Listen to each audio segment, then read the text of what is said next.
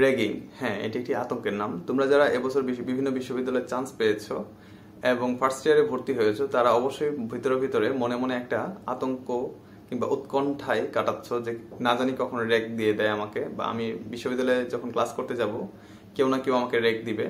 এই ব্যাপারটা নিয়ে অনেক বেশি ফার্স্ট ইয়ারের স্টুডেন্টদের মধ্যে একটা ভীতি কাজ করে। তো আজকে আলোচনা করব ঢাকা বিশ্ববিদ্যালয়ে এখন র্যাগিং কেমন হয় এবং আগে র্যাগিং কেমন হতো এবং বাংলাদেশের কোন বিশ্ববিদ্যালয়ে র্যাগিং এর মাত্রা কেমন। যদি এই ভিডিওটা শেষ পর্যন্ত দেখতে থাকো, আমার মনে হয় তুমি তোমার মনের সকল উত্তর পেয়ে যাবা। তো প্রথমে আলোচনা করব আগে, মানে তোমরা এবছর ভর্তি হচ্ছ তার আগে, যেহেতু জুলাই বিপ্লবের আগের ব্যাপার ছিল, মানে তখন ছাত্রলীগ বা আওয়ামী লীগ সরকার দ্বারা হলগুলো পরিচালিত হতো, তখন র্যাগিং এর মাত্রা কেমন ছিল এটা নিয়ে আগে আলোচনা করব। তো আমি যখন 2018 সালে হলে আসি, তখন বলা হতো যে ঢাকা বিশ্ববিদ্যালয়ে কোনো র্যাগিং নাই। হ্যাঁ, ঢাকা বিশ্ববিদ্যালয় ক্যাম্পাসে কোনো র্যাগিং নাই, এই কথা শুনে আমি ক্লাসে প্রথম যাওয়া শুরু করি। এবং আমি যখন 10-12 দিন ক্লাস করি, তখন দেখা গেল হঠাৎ করে আমাদের সিনিয়র ভাইয়েরা এবং আপুরা আমাদের ক্লাসে এসে আমাদেরকে সবাইকে একে একে করে আমাদেরকে ফল্টগুলো বললো যে তুই এটা করছিস, তুই ওকে ওই আপুকে সালাম দেশ নাই, তুই ওই আপুকে ধাক্কা দিছিস, বা এরকম টাইপের কি বিভিন্ন ব্লেম দিয়ে আমাদেরকে সবাইকে একে একে আমাদেরকে অপমান করা শুরু করলো। প্রত্যেককে ক্লাসে, মানে আমাদের ইমিডিয়েট সিনিয়র ভাইরা এসে আমাদেরকে সবার সামনে দাঁড় করায় আমাদেরকে অপমান করা শুরু করলো। তুই তুকারি করে বললো অমুক আপুকে প্রপোজ করতে হবে, অমুক আপুকে এটা করতে হবে, মানে বিভিন্ন রকমের ভাবে আমাদেরকে ইনসাল্ট করলো। সেটা ছিল একটা র্যাগিং, ওয়ান কাইন্ড অফ। তো সেটাকে টলারেট করা যেত। এরকম একদিন না, 3-4 দিন আমাদেরকে গণর্যাগ যেটাকে বলে, মানে ক্লাসে এসে সিনিয়র ভাইরা এসে আমাদেরকে ম্যানার শেখানোর নামে নানান রকম ভাবে আমাদেরকে মানসিকভাবে একটু টর্চার করতো। বেশ ভালোই ওটাকে আমরা তখন ফেস করেছি। তো এই ব্যাপারগুলো এখন খুব একটা নাই, আমি এখনকার ব্যাপারগুলো পরে আলোচনা করছি। এখনকার ব্যাপারটা একটু ভিন্ন হয়ে গেছে। 2 নম্বর আমাদের যে কেসটা ছিল সেটা হচ্ছে হলে। আমরা যখন হলে উঠি তখন বলা হতো যে হলে কোনো র্যাগ নাই, কিন্তু মজার ব্যাপার হচ্ছে র্যাগিং ছিল না, কিন্তু র্যাগিং এর বাপ ছিল। আমরা যখন ঢাকা বিশ্ববিদ্যালয়ে ভর্তি হই তখন আমাদেরকে গণরুম করানো হতো এবং গেস্ট রুম করানো হতো, মানে আমাদেরকে গণরুমে রাখা হতো এবং গেস্ট রুম করানো হতো। গণরুমের ব্যাপারটা তো জানোই, এক রুমে অনেক মানুষ, অনেক স্টুডেন্ট একসাথে করে থাকতে হতো, সেটা না হয় মেনে নিলাম। কিন্তু গেস্ট রুমের ব্যাপারটা হচ্ছে সেটা একটা মানসিকভাবে টর্চার করার সেল, সেটা একটা টর্চার সেল ছিল। সেখানে আমাদেরকে লাইন ধরে দাঁড় করে রাখা হতো, 4 ঘন্টা, 5 ঘন্টা, 6 ঘন্টাও আমাদেরকে সারা রাত দাঁড় করে রাখা হতো। তো এখানে আমাদের হলে আমাদের কার কি ফল্ট, কাকে সালাম দেই নাই, কোন ভাইকে প্রোটোকল দেই নাই, কোথায় কার্জনের মূলনীতি বলি নাই, কোন ভাইয়ের রুমে নিয়ম মেনে ঢুকি নাই, ওয়াশরুমে গিয়ে কি করছি, পেপার রুমে গিয়ে কোন ভাইকে সালাম দিছি না দিছি, এগুলোর হিসাব হতো। মেইন কথা হচ্ছে ওটা একটা আদালত ছিল, ওইখানে আমাদেরকে দাঁড় করে রেখে ভাইয়েরা সিগারেট খেত, বসে থেকে হচ্ছে আড্ডা দিত, আমাদেরকে টেবিলে বাড়ি দিয়ে দিয়ে হচ্ছে আমাদের সাথে এইভাবে কথা বলতো। আমরা মানসিকভাবে অনেক ভেঙে পড়তাম এই ব্যাপারগুলোতে। ওটা আসলে র্যাগ বলতে কি, ওটা আমাদের প্রতিদিন হতো, সপ্তাহে অন্তত পক্ষে 5 দিন হতো। আমাদের প্রতিদিন গেস্ট রুমে যাওয়া লাগতো, মানসিকভাবে আমরা বিধ্বস্ত হয়ে বের হয়ে আসতাম এবং আমাদেরকে প্রতিদিন হচ্ছে গেটের সামনে দাঁড় করে রাখতো, প্রত্যেকটা ভাইকে সালাম দিতে দেওয়া লাগতো। এটা রাত 9টা থেকে 11টা পর্যন্ত সালাম দেওয়া লাগতো এবং এরপরে গেস্ট রুম শুরু হতো। আমাদের পড়ালেখা কিচ্ছু করার মতো সুযোগ ছিল না। র্যাগিং এর, মানে র্যাগিং ছিল না অফিসিয়ালি, কিন্তু র্যাগিং এর শব্দটা যেরকম আতঙ্ক, তার থেকে 10 গুণ বেশি কষ্ট দেওয়া হতো আমাদেরকে। তো আল্লাহর রহমতে সেই দিনগুলো এখন নাই। তোমরা যারা ভার্সিটিতে আসবা তাদের জন্য এই ব্যাপারগুলো হয়তো খুব বেশি ফেস করতে হবে না, খুব বেশি না, আমার মনে হয় যে 10 ভাগের 1 ভাগ ফেস করা লাগতে পারে, এর থেকে বেশি না। তো কিছু ব্যাপার আছে যেগুলো আসলে শেখানো উচিত, কিন্তু আমাদেরকে যেগুলো শেখানো হয়েছে সেগুলো আমাদেরকে মানসিকভাবে টর্চার করা হয়েছে, এছাড়া আর কিচ্ছু না। এরপর আসছি বর্তমানে ঢাকা বিশ্ববিদ্যালয়ের র্যাগিং এর মাত্রা কেমন হবে বা র্যাগিং আছে কিনা। ঢাকা বিশ্ববিদ্যালয় এখন এমন একটা জায়গা, এখানে সকল দলের পলিটিক্স প্র্যাকটিস হচ্ছে এবং পলিটিক্সের ব্যাপারটা ঢাকা বিশ্ববিদ্যালয় সবসময় জঘন্যতম, যে কারণে হচ্ছে আমি ঢাকা বিশ্ববিদ্যালয়ে এই ব্যাপারটাকে একটু পছন্দ করি না। তো এখন জুলাই বিপ্লবের পর প্রত্যেকটা শিক্ষার্থী, কলেজ পড়ুয়া শিক্ষার্থী হোক আর মাস্টার্সে পড়ুয়া শিক্ষার্থী হোক, তারা সচেতন এবং প্রত্যেকে এই কালচারটার ব্যাপারে সজাগ যে আমরা কোনোভাবেই গেস্ট রুম প্রথা আনবো না, গণরুম প্রথা আনবো না, এবং আমাদের জুনিয়র যারা আসবে তাদেরকে আমরা একটা সুন্দর পরিবেশ দেবো যেখানে তারা পড়াশোনা করতে পারে।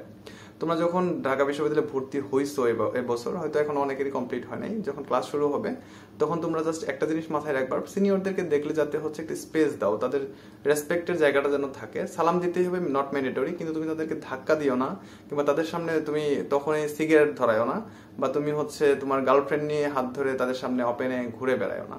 মানে যেটা দেখতে একটু সামাজিকভাবে একটু অকওয়ার্ড লাগে সেই কাজগুলো সিনিয়র ভাইদের সামনে করো না, তাহলে তোমাদের র্যাগিং এর ব্যাপারটা আসবেই না। কারণ এখন ঢাকা বিশ্ববিদ্যালয়, টু বি অনেস্ট, কোনো রেগিং নাই। কিন্তু যদি তুমি আমার সামনে জুনিয়র হিসেবে এই বেয়াদবিগুলো করো, সিগারেট ধরো ফার্স্ট ইয়ারে ভর্তি হয়ে, তারপর হচ্ছে তোমার গার্লফ্রেন্ড নিয়ে খুব ক্লোজলি হাঁটো, কিংবা তুমি হচ্ছে এমন কোনো সামাজিক কাজ করছো, অসামাজিক কাজ করছো যেটা সমাজের চোখে দৃষ্টিকটু, সেই জিনিসগুলো আমি তোমার ডিপার্টমেন্টের সিনিয়র হিসেবে আমি মেনে নিতে পারবো না। তখন আমি কি করব, তো হইতে পারে আমার জুনিয়র বা তার জুনিয়র তাদেরকে দিয়ে বলবো যে ছেলেটাকে একটু একটু দেখিস যাতে সে এই কাজগুলো থেকে বিরত থাকে, একটু বলে দিস। আগে এই ব্যাপারগুলো হতো কি রেগিং এর মাধ্যমে, কিন্তু এখন এই জিনিসগুলো হচ্ছে না। কিন্তু যদি এরকম হয় যে বেয়াদবি করছো, তখন তোমাকে ওয়ার্নিং দেওয়া হবে।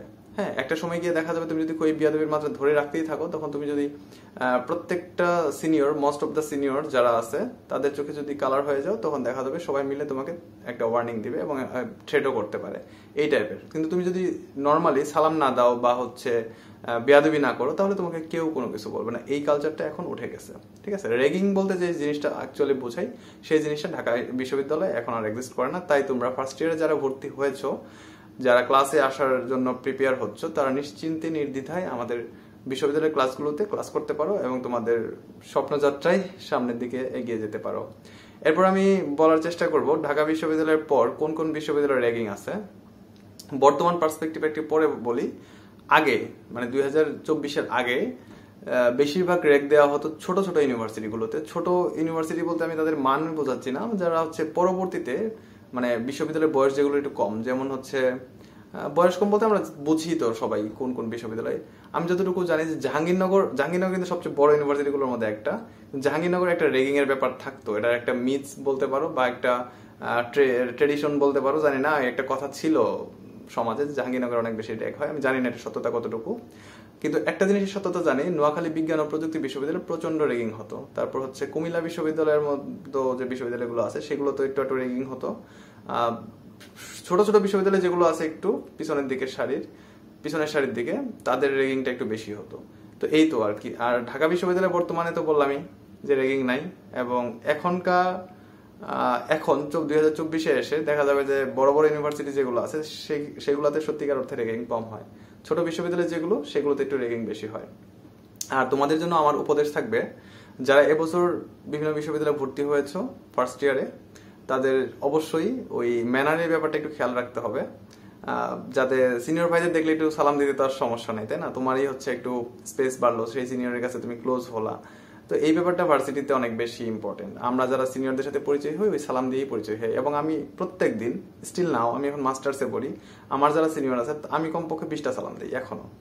ওদের খুব কম দেখা যায়, এবং আমি মনে হয় যে 60 থেকে 70টা সালাম পাই, আরো বেশি হবে। তো আমাদের এখন অভ্যাসটাই এমন হয়ে গেছে যে আমরা হাঁটাচলা করার সময় চোখে সালাম, আসসালামু আলাইকুম, এই শব্দটা আমাদের মানে ইউজ করতে করতে করতে করতে এটা একদম নর্মাল হয়ে গেছে।